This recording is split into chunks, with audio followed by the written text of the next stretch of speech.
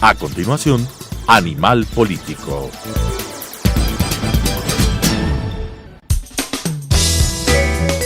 Clasificación B, bajo supervisión de un adulto.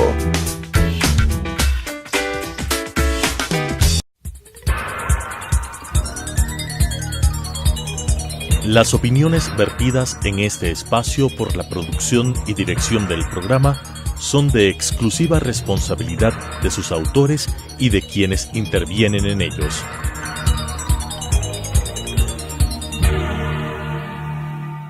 Telesucesos Canal 29 UHF presenta Animal Político, con la conducción de Fabricio Villamar.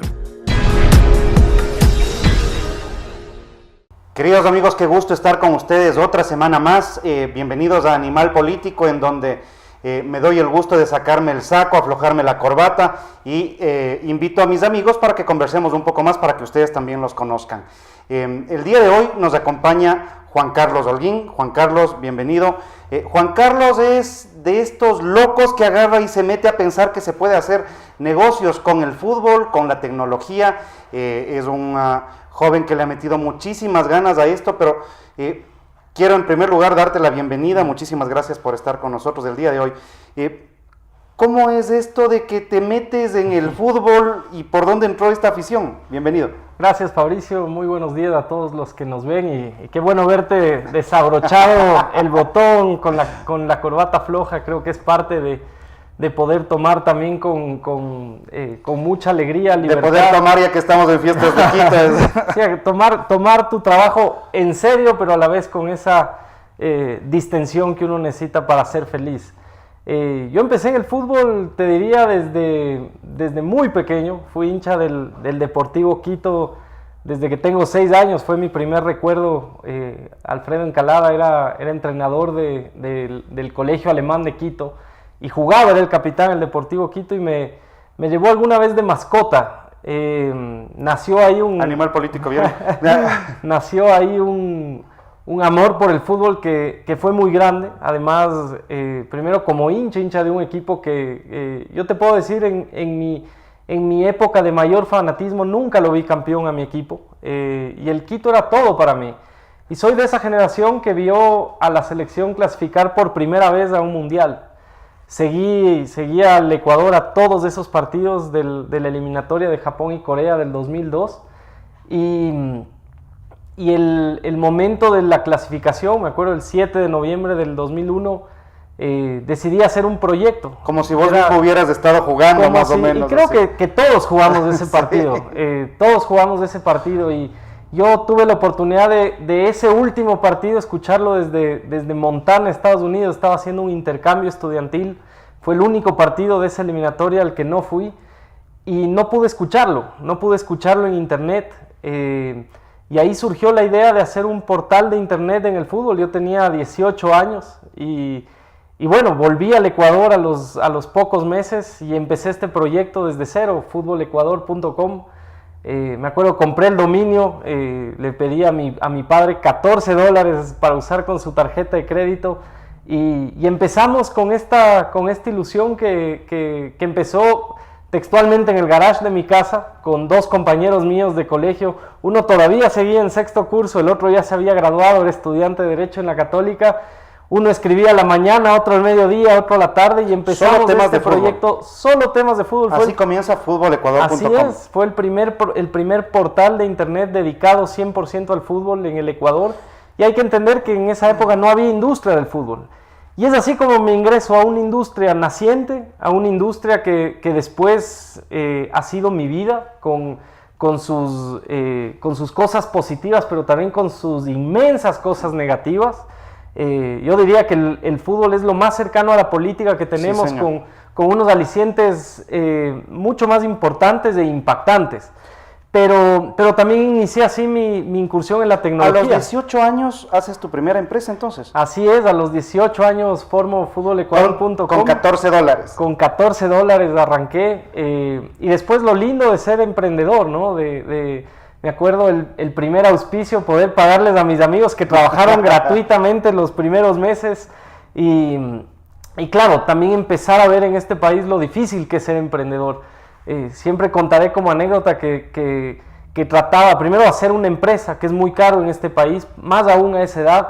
En segundo lugar, el tratar de ir a un banco. Cuando me pagaron el primer pago un auspiciante, ir a abrir una cuenta corriente. Me la negaron 3 veces en 3 bancos distintos, porque decían, ¿cuál es su historial crediticio a los 18 años? ¿Cómo va a manejar su cuenta? Y yo tenía que hacer un manejo bastante informal de la empresa, porque aquí no se confía en los jóvenes, no se confiaba en los emprendedores. Pero arrancamos así, al poco tiempo. Tú entraste entonces con Fútbol Ecuador. Así es. Hincha del Quito.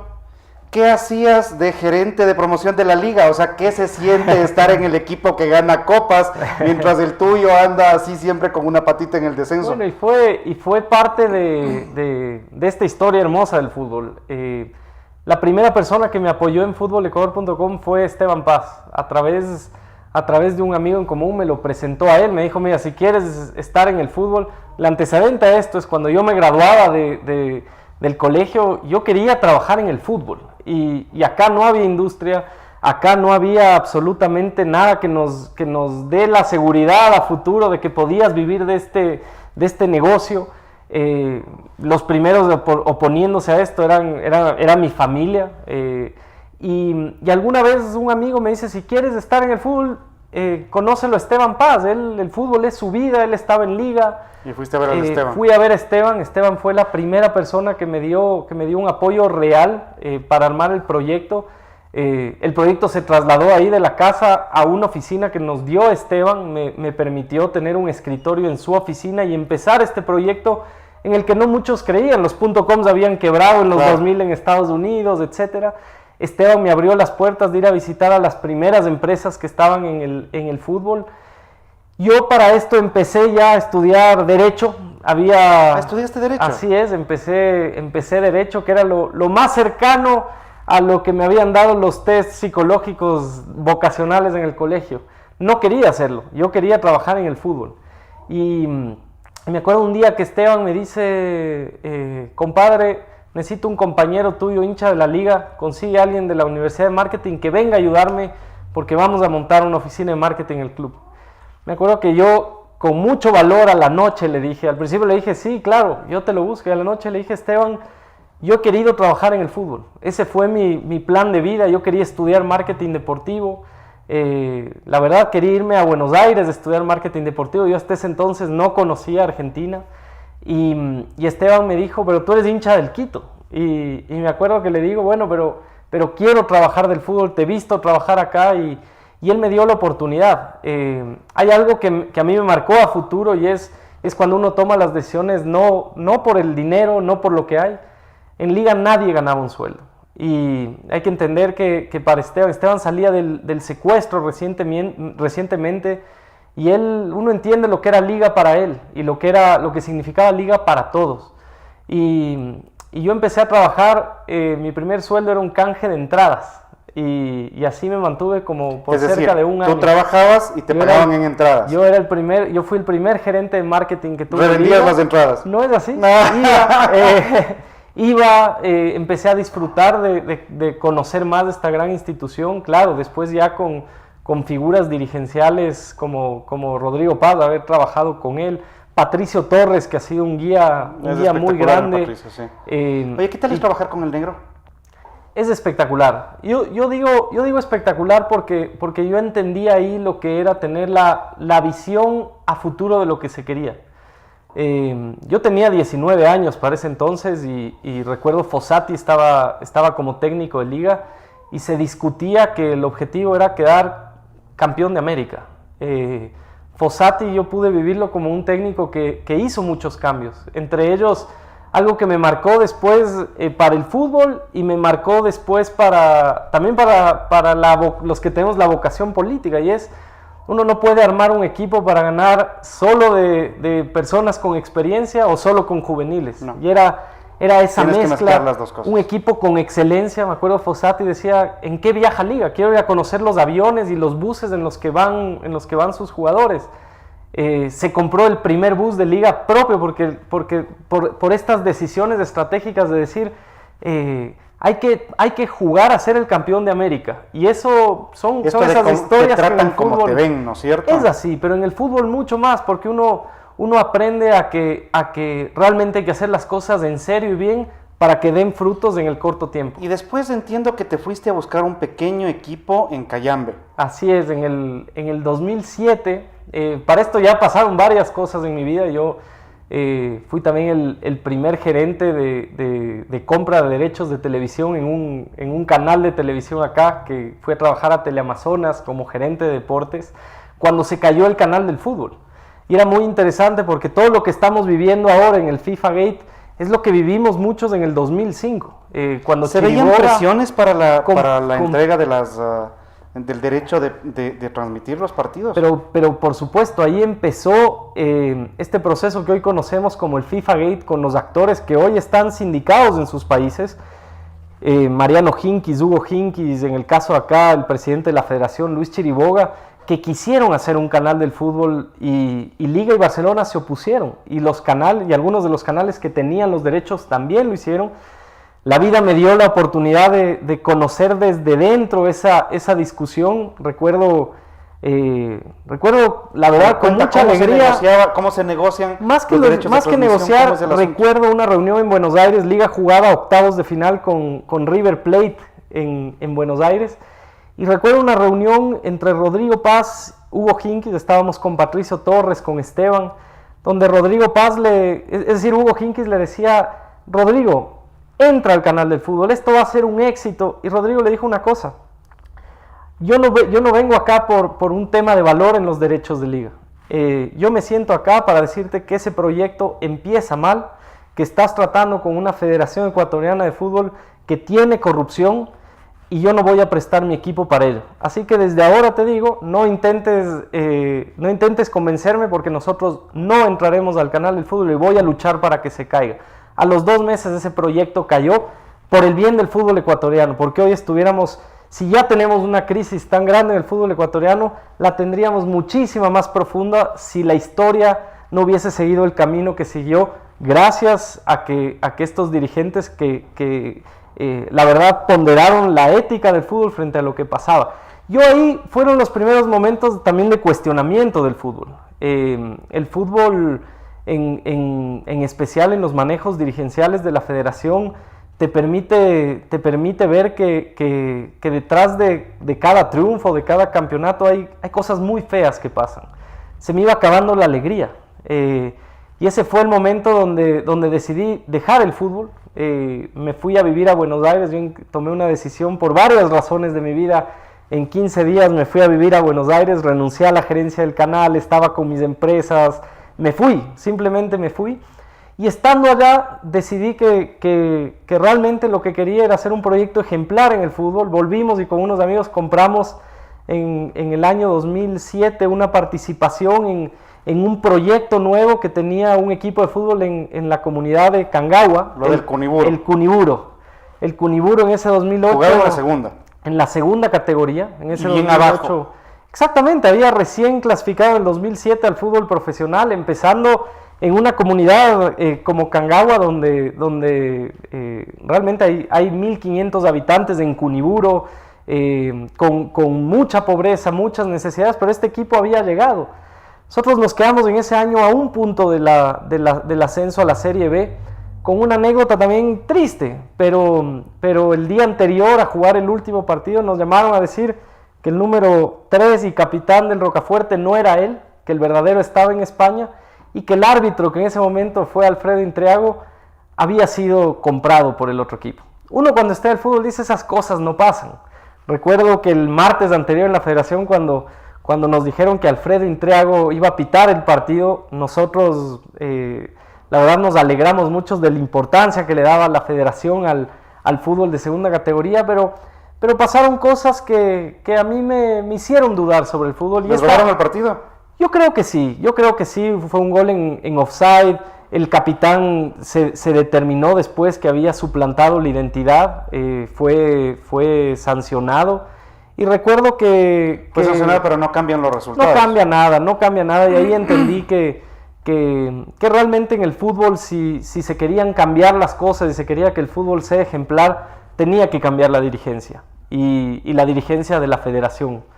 Y lamentablemente en este país, en el fútbol se dejaron justificar muchísimas cosas, como los mismos éxitos deportivos, cuando todos sabíamos lo que estaba pasando. Básicamente teníamos tal éxito deportivo, íbamos al mundial, que cualquier cosa que se haya hecho se quedaba abajo con tal de que estemos en el mundial. Es más o menos así. Es así, mira que es un símil bastante interesante con el tenemos carreteras. Sí. Oye, dice la gente que cuando tú ibas a los partidos con el Cuniburo, ibas llevando una virgencita de la Dolorosa, ¿cierto? Es cierto. La Virgen de la Dolorosa tiene una anécdota interesante que fue, nosotros trajimos un técnico de Argentina que fue Raúl Markovich para este proyecto del Cuniburo, pensando sobre todo en las formativas. Íbamos a la primera concentración en Cayambe cuando recién arrancábamos la pretemporada y pasamos, me acuerdo, en la Panamericana, y había un cuadro de la Virgen en medio de la basura. Y Markovich dice, paren, que hay un cuadro ahí, hay que rescatarlo. Y nos bajamos del bus y le agarramos. Y realmente fue un cuadro que después marcó mucho de la fe que se vivía en ese proyecto. El fútbol está lleno de estos espacios también de fe, muchos, yo te diría, espacios de sacramentos que se dan por sí solos en un camerino. Y la Virgen de la Dolorosa que encontramos en ese momento fue una especie de luz. Para mí fue muy importante en mi vida también unos años antes. Y eso marcó para muchos. Mira, yo no era creyente, te digo la verdad, y claro, me cuesta hablar mucho de esto porque es muy personal, pero yo no era creyente hasta que fui a Buenos Aires. Y en Buenos Aires tuve la oportunidad de empezar a vivir una experiencia de fe propia. Creo que la fe es una vivencia muy personal y que nos permite a cada uno encontrar lo que creemos y lo que somos. El fútbol suele ser este espacio para sacar lo mejor y lo peor de la gente. Una de las partes de estas es precisamente no sé si la religiosidad, pero al menos el vínculo con lo eterno de los seres humanos. Una de las imágenes que todo el mundo se acuerda es cuando hay estos jugadores que llegan, meten gol, se sacan la camiseta y dice atleta de Cristo. Por eso es absolutamente comprensible esto, y en efecto hay un rito siempre en el camerino, se persignan, rezan, lo mismo que pasa en otras actividades, como los toreros, por ejemplo, siempre pasan por una capillita antes de entrar. Ese sentimiento, ¿cómo te hace interpretar a la gente de nuestro Ecuador? O sea, ¿somos muy espirituales? ¿Somos no creyentes? ¿Qué mismo somos? Somos extremadamente espirituales, y hay que entender que no solo está en nuestro ADN histórico y cultural, el Ecuador siempre, por el lugar donde nos encontramos. Quito, antes del Ecuador, inclusive, tiene una inspiración espiritual frente a lo que ha sucedido por estar en el equinoccio. Yo creo que está en nosotros, está en nuestra cultura, pero el fútbol en sí mismo tiene estos ritos, como tú dices, que marcan una especie de religiosidad interesante, una religiosidad popular. No se diga en Argentina. Hay muchos autores que han escrito inclusive sobre las vinculaciones de la religión en el fútbol. Y creo que todos estos ritos nos permiten encontrar que finalmente en el fútbol uno puede sacar y puede encontrar su espiritualidad. Mira que cuando yo no era creyente, el fútbol, yo siempre decía, era como una religión para mí. Yo las primeras veces que me cuestionaba sobre ciertas oraciones fueron en los camerinos de los estadios. Me acuerdo algo que me marcó a mí, fue un camerino en octavos de final, en cuartos de final, en ese mismo año 2005, o en el 2004, perdón, en Sao Paulo, jugaba Sao Paulo contra Liga. Escuchar el Morumbí repleto de gente, era cuando Liga se creía que iba a llegar lejos en esa Copa Libertadores, y recuerdo la oración del Padre Nuestro en el camerino mientras el Morumbí explotaba, las paredes se movían, y los jugadores todos unidos en un abrazo rezan, la mayoría de ellos evangélicos, otros católicos, pero la oración y el acto de fe es un acto, es un ritual riquísimo para la parte espiritual. Tú eres quiteño. Yo soy quiteño, nacido acá. Buena nota. A ver, cuéntame una cosa. Alguna vez cuando yo era concejal conversamos respecto de la importancia del fútbol como motor de desarrollo para la gente pobre. Es decir, hay gente que posiblemente no acceda a la preparación universitaria, pero que ven en el deporte y especialmente en el fútbol una salida de la pobreza. En otros países esto funcionó. ¿Por qué no pasa en el Ecuador?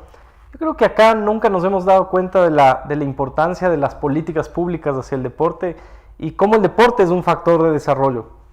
Creo que es por la naciente industria. Si nosotros nos ponemos a pensar, somos un país que solo ha tenido una medalla de oro en Juegos Olímpicos. El fútbol recién empieza con clasificaciones y éxitos deportivos, clasificaciones al Mundial y éxitos deportivos a partir de la década de los 2000. Y creo que eso nos hizo muy escépticos de lo que el deporte podía hacer en nuestra sociedad. Recuerdo claramente el proyecto que presentamos en Quito y que fue una pena que no se pudo implementar acá. Posteriormente lo implementamos en Guayaquil, en Manabí, a través de la Fundación Grandes Valores, del proyecto Fútbol Más. Y trata de eso justamente, lo que el fútbol podría hacer sin que tenga que ver con el fútbol, sino como actividad extracurricular, como una política psicológica, educativa, que permite, por ejemplo, a muchos jóvenes no solamente salir de la pobreza, sino también prevenir una serie de temas que suceden en los barrios especialmente más vulnerables, exactamente, drogas. Y esto es así, yo soy un fiel creyente que el fútbol y el deporte en general deben ser una prioridad de Estado, y una prioridad en términos no solamente de los éxitos deportivos, que significan una concepción geopolítica y diplomática muy importante para los estados, sino también como política pública para prevención de una serie de problemáticas en salud, en educación, sociales, que solo el deporte puede traer buenos resultados. Hace un poco más de un año sonaba tu nombre como candidato a la vicepresidencia con Guillermo Lasso. ¿De dónde salió esto? Bueno, yo... O sea, ¿cómo mezclas esta afición por el fútbol, por la comunicación, y de ahí por dónde va el salto a la política y ese salto tan fuerte? Yo creo que la política entendida como una vocación está en todos los ciudadanos. Esta palabra de ser animales políticos, que no solamente ha sido una concepción de los más grandes filósofos en la historia de la humanidad, sino que los ciudadanos debemos siempre ser ciudadanos responsables. El ejemplo que tú nos das, por ejemplo, de estar siempre pendiente de los asuntos públicos, son escenarios que todos los ciudadanos deberíamos tenerlos. En mi caso, nunca ha sido extraño el tratar de participar en lo que pueda cambiar la sociedad. El deporte ha sido un gran ejemplo de ello. Yo creo que el deporte, entendido en su esencia como una actividad que puede cambiar vidas, te empuja mucho hacia lo público. Es como dicen varios autores, es lo más importante de lo menos importante, pero finalmente la vocación política ha estado también de la mano en mi historia desde el colegio, desde trabajar con Rodrigo Paz. Creo que marcó una escuela interesante, porque es un hombre que a pesar también de su faceta de empresario, de dirigente deportivo, fue considerado el mejor alcalde de esta ciudad. Yo recuerdo siempre haber crecido con mis padres, mis abuelos, hablándome de don Rodrigo, y eso va marcando luces de lo que uno debería hacer. Yo tuve una primera incursión en el servicio público en el año 2014. Paralelamente a esto me había formado, yo estudié políticas públicas, posteriormente a comunicación.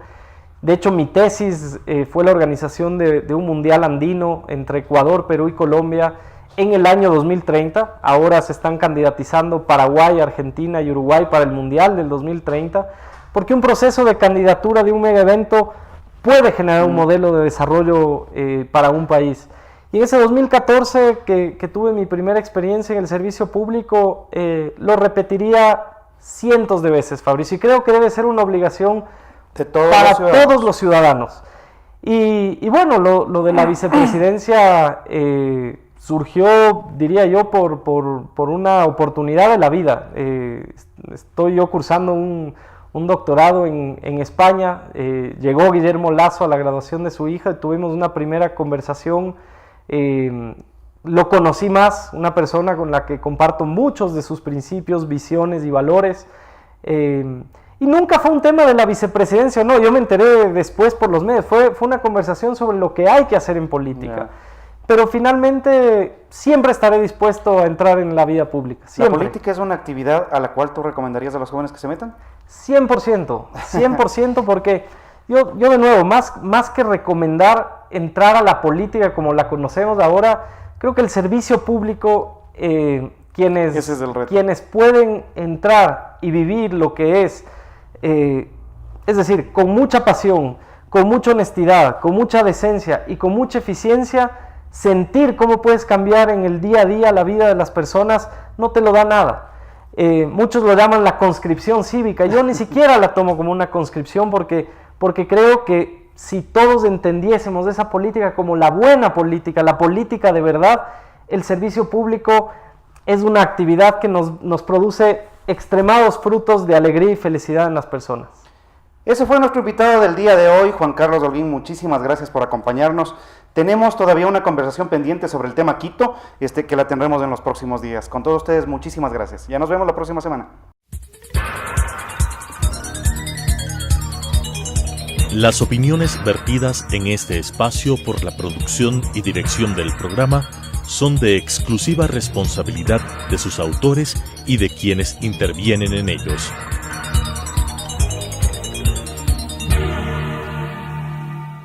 Telesucesos Canal 29 UHF presentó Animal Político, con la conducción de Fabricio Villamar.